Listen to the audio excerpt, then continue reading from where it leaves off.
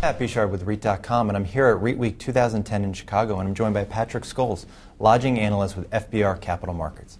So Patrick, has the lodging sector finally turned the corner?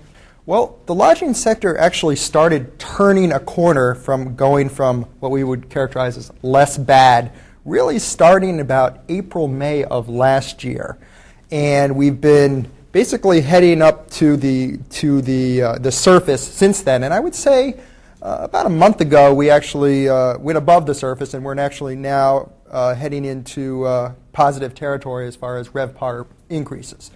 So, yeah, definitely has turned a corner. And a number of analysts have been predicting that we'll start to see a lot of consolidation in the lodging sector. Are you in that camp? Well, you always see consolidation about this at this time of the cycle. What I would expect is you'll see continue more acquisitions, and then I would say probably in 3 to 4 years from now, you'll see some of those companies that are making the acquisitions probably get bought out by either larger company. The bigger fish will start to eat those smaller fish, and we'll probably see that in a couple of years from now. To go back to the first answer where you were talking about RevPAR, have the hotel REITs gotten their pricing power back yet? We noticeably started to see pricing power return in the late February, March timeframe.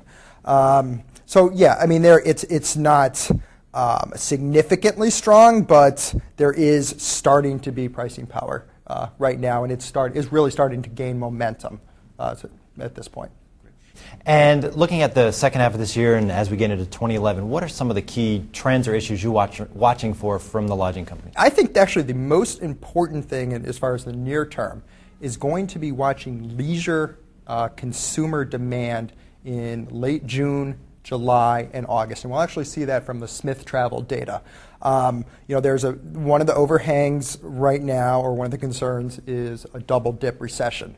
And if we don't see that leisure consumer travel coming back in the June, July, August, which are typically very leisure-heavy months, that would be a big concern. And that would almost, if those weren't coming back, if you didn't see RevPARs, up in at least the mid-single-digit range, I would say that would be a sense of concern. So that's really what we're looking for. After that, I actually have a little bit less concern, simply because we are hearing the groups are coming back, but certainly due to the short-term booking nature of leisure customers, it's hard to say exactly how many have booked for July and August, and we won't really find out till about July or August. But so that's really what I'm looking forward to seeing that data come in this summer. Great. Well, we'll keep our eye on it. Great. Patrick, thank you very much for joining us. Thank you. For more on this and other REIT topics, be sure to visit REIT.com.